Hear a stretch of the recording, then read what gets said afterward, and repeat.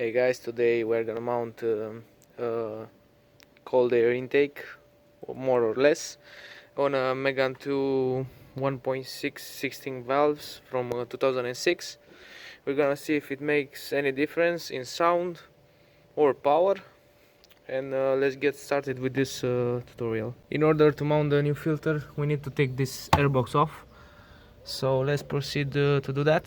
The first thing you're gonna have to do is to remove the battery, but be careful to remember your code from the radio, because you will need to reinsert it once you connect the battery back. The battery terminals are held into two 10mm bolts, which you're gonna have to unscrew this one and this one.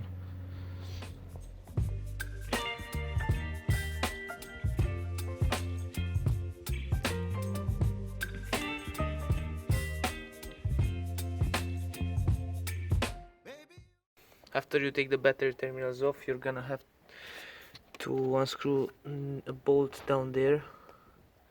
It's a 13mm, if you can see it. Now let's proceed to do that. As you can see, our bolt is down here.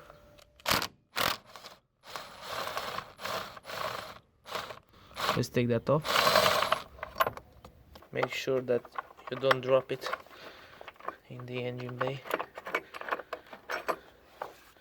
First is the screw, and then this metal bracket.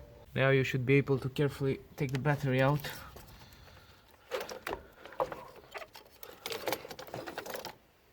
The next step is to remove this battery tray. This battery tray is held on by this Torx T40. We need to take this off. We're gonna have to unplug the ECU. Once we take this off, then the airbox should come right off.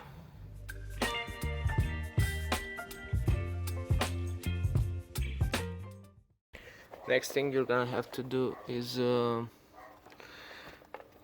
unbolt this screw right here, because it holds the ECU in place into this tray. In order to remove the ECU, you'll have to unplug these three connectors. Just take a flathead screwdriver, push on this thing and pull it upwards, and then plug it out. Same for the next one. Push the tab, get this thing up here like that. You need to plug this, but first let's take that bolt off. As you can see, this bolt, it's what gives us trouble. Okay, so now we can proceed into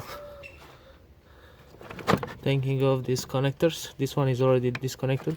We should just plug that right out. Now for the last connector, push in the screwdriver. Let me see if you can see. So it was like that. Push in the screwdriver, flip this lever up, then pull out, and now the ECU should be ready to go out. We've got one more bolt down here. We need to take care of that. Okay, so I removed that bolt here. It held a battery in tray. I remove this tray. You can see it has a lot of leaves in it, because I park near a tree. Let's see. I hate this cable. Okay, a little bit more.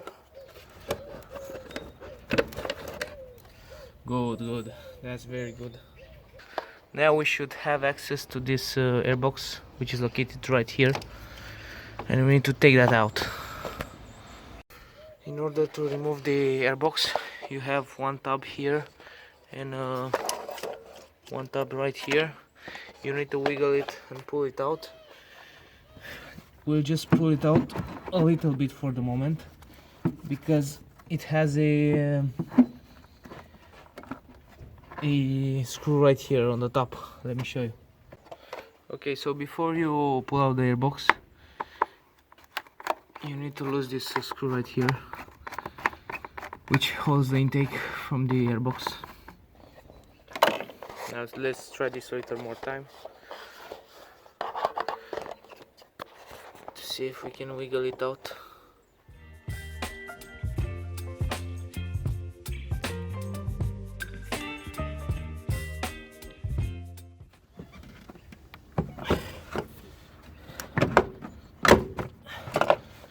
Okay, so just keep in mind, if you want to remove this airbox, you're gonna have to break a little bit that pipe. I didn't find the way to remove this without breaking anything, so this is my way. If you want to do it, just do it. If not, I think there are more tutorials on this topic. Okay, so with that out of our way, let's take this inlet off.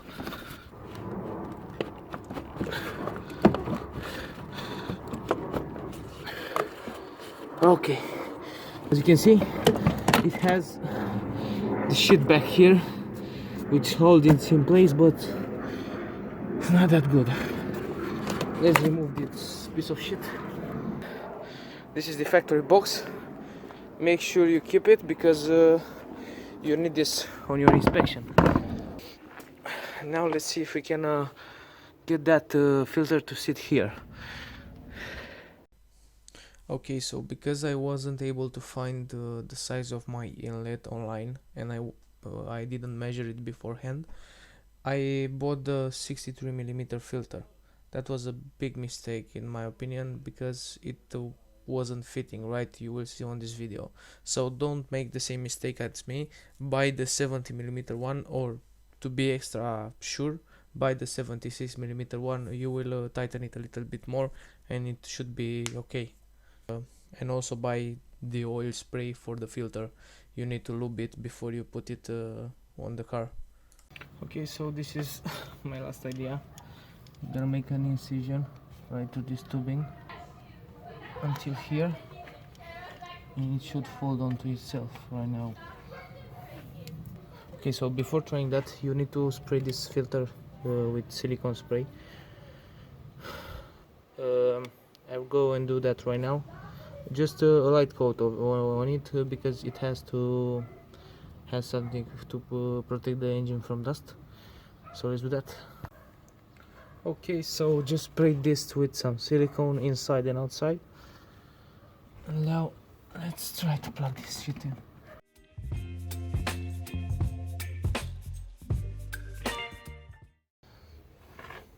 Okay, so that will do it for me. Let's tighten up this shit.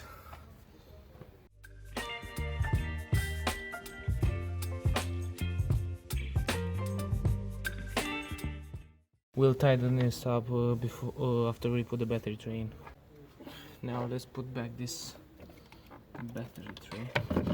It should be a lot easier because there's so much more space. Make sure that you don't get cables for this down there stuck.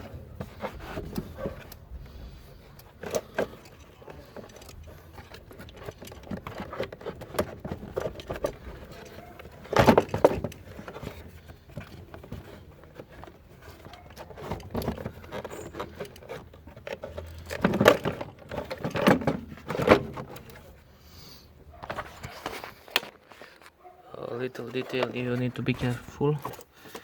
Make sure you put this cable, this bracket, onto the bolt right there. Okay, we had this situated right here.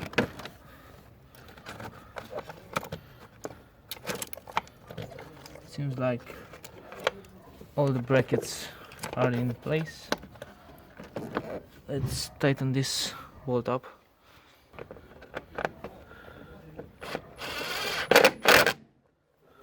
Okay, that's good.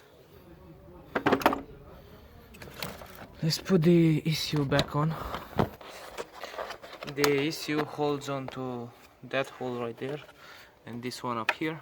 These plugs, they only go in one way, so you don't have to worry about order. This one goes here.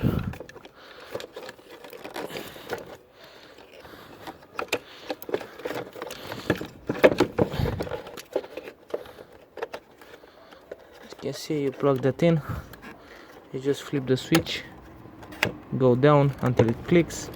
The next one, plug this here, plug this in, click. Okay, and the last one, which is here,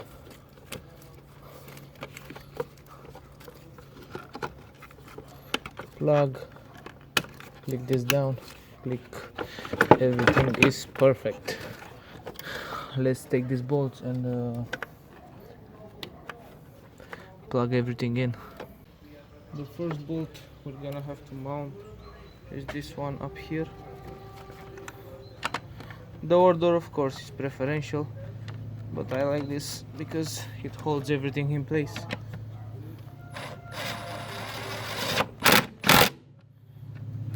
Good. Okay, now we have 1, 2, 3 bolts here. One thing you need to know is that you are doing this at your own risk.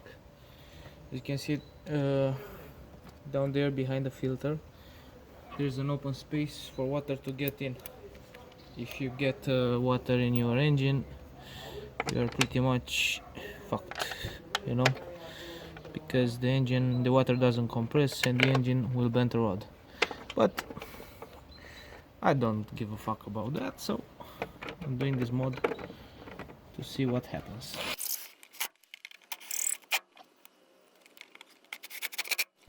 That's very good. Battery tray is in place, all the bolts are here. Okay, I put the bracket here. Now just put this bolt back in, take the 13mm socket,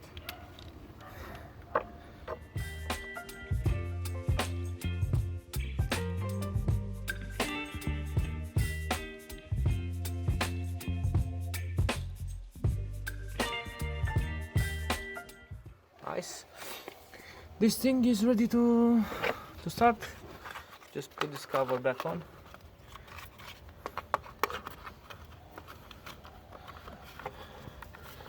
And she should fire right up. Okay, so after mounting the battery, because I bought a smaller diameter filter, I needed to make some DIY invention here. I taped it and then I put the collar back on, and it seems like it's staying there really good. Also, I took this part off and made a little hole here, and now it's held by a zip tie here up. As you can see, in my country rained last night and the filter is really secure in this place. It doesn't get wet. I'm gonna follow up with some sounds, how it sounds when you drive, and that was all for this tutorial. Thank you for watching and I will hear from you next time.